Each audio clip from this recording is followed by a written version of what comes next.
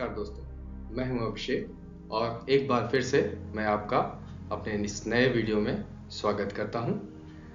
इस वीडियो का शीर्षक है जीवन शैली भोजन कब करना चाहिए, part 1.1।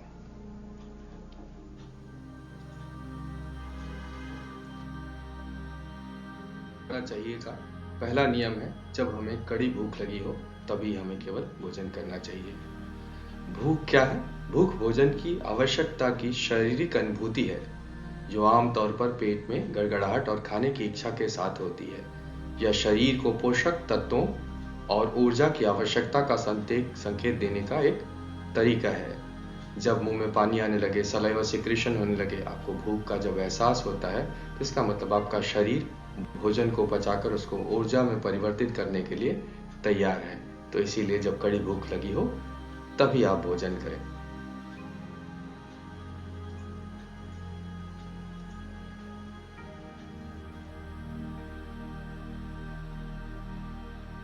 Craving for food.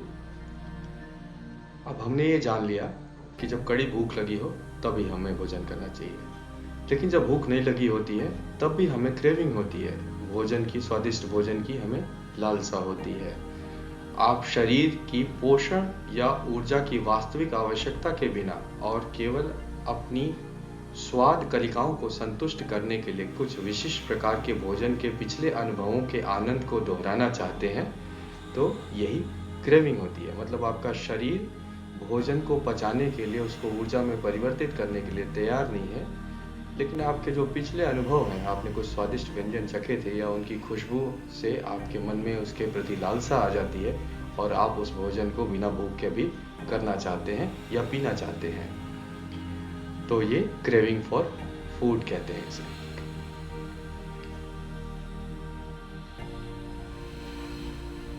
Craving, लालसा according to Maharshi Patanjali.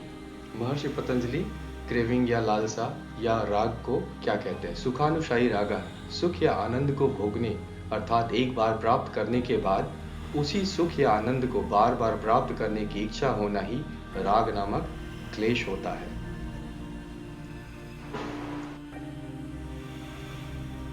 Y craving, लालसा क्यों होती है? शरीर जैविक, मनोवैज्ञानिक या पर्यावरणीय कारकों सहित विभिन्न कारणों से भोजन की लालसा कर सकता है। जैविक कारकों में पोषण संबंधी कमी या ऊर्जा की वास्तविक आवश्यकता शामिल होती है।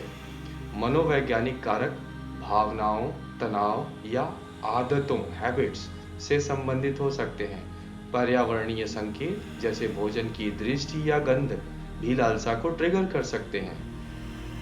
के मूल कारण को समझने से जानकारी पूर्ण और स्वास्थ्यवर्धक भोजन विकल्प चुनने में मदद मिल सकती है।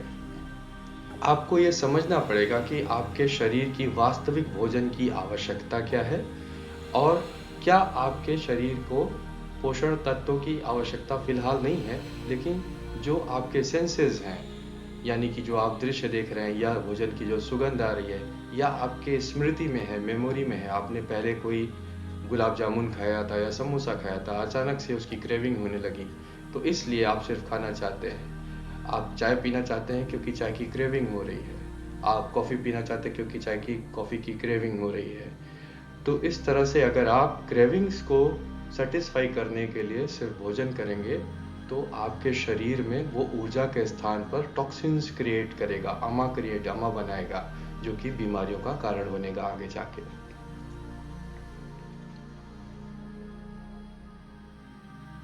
भूख और लालसा के बीच अंतर, differentiation between hunger and cravings. भूख जीविका के लिए एक जैविक आवश्यकता है जो शरीर की पोषक तत्वों की आवश्यकता से प्रेरित होती है। दूसरी ओर लालसा अक्सर अधिक मनोवैज्ञानिक होती है और विशिष्ट खाद्य पदार्थों की इच्छा हो सकती है जो कभी कभी पोषण संबंधी आवश्यकताओं से असंबंधित होती है। भूख एक बुनियादी शारीरिक प्रतिक्रिया है, जबकि लालसा अक्सर भावनाओं, आदतों या बाहरी संकेतों से प्रभावित होती है।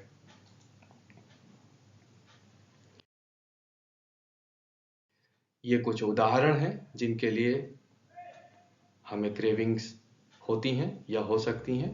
आपका पेट पूरा भरा हुआ है, आपने पूरा भोजन कर लिया है, सेटिस्फाई हो गए आप, फिर गुलाब जामुन या रसगुल्ला आ जाता है या इनमें से कोई चीज़ आ जाती है, तो आप पुनः उसके ऊपर इसको भी खा लेते हैं सिर्फ अपने क्रेविंग्स को सेटिस्फाई करने के लिए। तो ये आपके शरीर की आवश्यकता नहीं थी, लेकिन आपने अपने क्रेविंग को सेटिस्फाई करने के लिए खा लिया है, जो कि आगे चल के बीमारी का कारण बनेगा। कुछ और एग्जाम्पल्स हैं, जैसे चाय की क्रेविंग, कॉफ़ी की क्रेविंग, या इंडियन स्नैक्स, नमकीन, समोसा, पकौड़ी, चाट, टिक्की, गोलगप्पे, ये सारे उदाहरण हैं।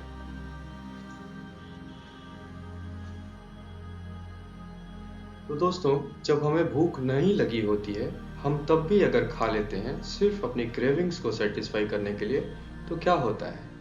जब हम भूख न लगने पर खा लेते हैं, तो चूंकि शरीर की आवश्यकता नहीं है, लेकिन हम फिर भी शरीर में भोजन डाल रहे हैं, तो पहली बात तो शरीर उसको पूरी तरह से पचा नहीं पाएगा। दूसरी बात, आप एक्स्ट्रा कैलोरीज बॉडी के अंदर डाल रहे हैं जो शरीर को बिल्कुल आवश्यक नहीं है। तो शरीर उसको अलग अलग जगह पे टॉक्सिन्स क्रिएट करेगा, अमा क्रिएट करेगा, और अलग अलग जगह पे डिपॉजिट होने शुरू हो जाएंगे। जैसे आपका वजन बढ़ने लगेगा, फैट डिपॉजिट होगा, कोलेस्ट्रॉल बढ़ेगा।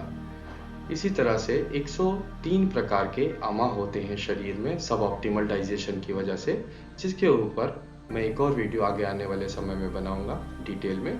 तो तब तक बस आप इतना जानिए कि बिना भूख के जो भी आप क्रेविंग्स की वजह से खाते हैं, वो शरीर में जाके सिर्फ जहर बना रहा है, जहर पैदा कर रहा है, जो आपकी बीमारियों को का कारण बनेगा आगे चल के। और जब आप इस तरह से नियमित रूप से करते रहते हैं, तो आपके शरीर की एक जो नेचुरल मैकेनिज्म है संकेत भेजने की, आपके मस्तिष्क को जो आपका शरीर संकेत भेजता है कि अभी भोजन की आवश्यकता है, आपको एनर्जी की आवश्यकता है कि नहीं है, कैलोरीज की आवश्यकता है या नहीं है, ये नेचुरल मैकेनिज्म भी धीरे धीरे ऑफ हो जाता है, बंद हो जाता है, और आपकी जीवन शैली ही अनियंत्रित रूप से भोजन करने की बन जाती है, और आप इस विशियस साइकिल में हमेशा हमेशा के लिए अपने आप को फंसा हुआ पाते हैं। इसीलिए जिन लोगों की जीवन शैली खराब हो जाती, लाइफस्टाइल खराब हो जाती है, उनके लिए वहाँ से निकल पाना बहुत मुश्किल होता है, उनको सही जीवन शैली बहुत कठिन लगने लगती है।